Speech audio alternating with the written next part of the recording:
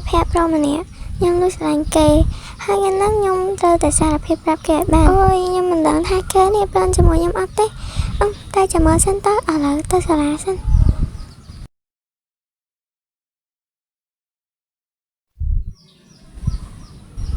ចាអូយណែលេងអីចឹងយើងភ្ញាក់ណាគ្រាន់តែភ្ញាក់លេងតិចតួចសោះណាយើងដឹងហើយថ្ងៃក្រោយកំឡេងចឹងទៀតយើងចង់គេម្ដងហើយនេះហើយនៅចាំយើងមែនហ្នឹងហើយឥឡូវទៅកន្លែងញ៉ាំអីសិនណាយើងមានរឿងមួយចង់ប្រាប់ឯងបាទឥឡូវយើងទៅអូយបេះដូងខ្ញុំលូតញាស់ហ្នឹងនេះអូយភ័យឥឡូវឯងមានរឿងអីឆាប់និយាយប្រាប់យើងមករឿងហ្នឹងបាក់និយាយខ្លាំងហើយយើងភ័យ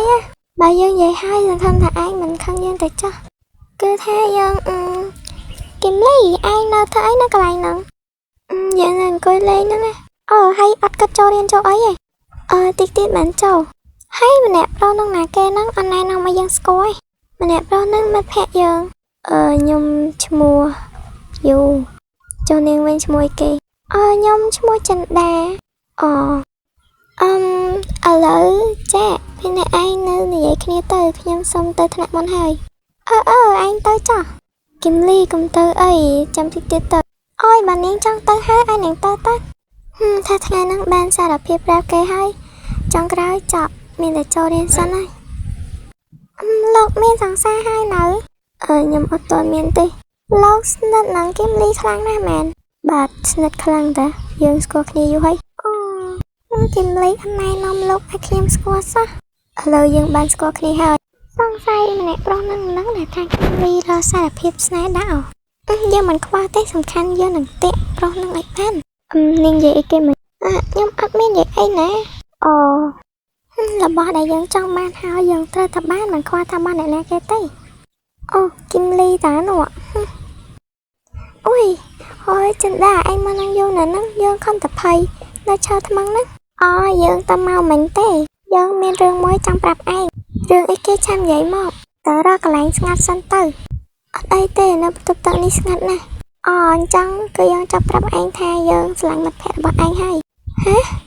ពីណាគេទៅគឺអាប៉ិយូឯនោះ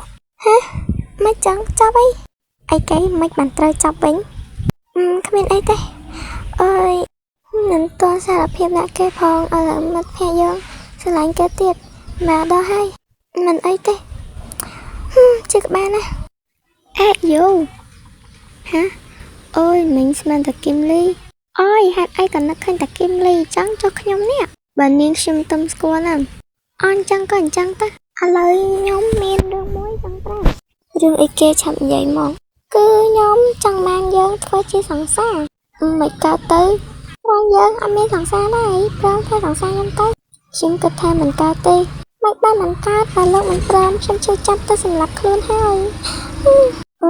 កុំដល់ថ្នាក់ហ្នឹងអីឥឡូវខ្ញុំព្រមក៏បានដែរចឹងខ្ញុំអរគុណហើយបាទឥឡូវយើងទៅដើរលេងទៅបងសម្លាញ់អូខេយូហើយនឹងចិន្តាតាទៅសួរសិនពេលនេះឯងមកធ្វើអីនៅហ្នឹងយើងមកដេតគ្នាហ្នឹងឯងអត់ចេះមើលទេមែនដេតគ្នាពួកឯងសង្សារគ្នាមែនហ្នឹងហើយឥឡូវយើងជាសង្សារគ្នាហើយល្អហើយយើងជួយដល់បងសាទរផងប៉ុន្តែឯងបងសម្លាញ់ឥឡូវខ្ញុំទៅសិនហើយដល់ម៉ោងចូលរៀនហើយហេតុអីដែលគេស្រឡាញ់មិនមែនជាខ្ញុំទៅហើយពួកគេសំគ្នាណា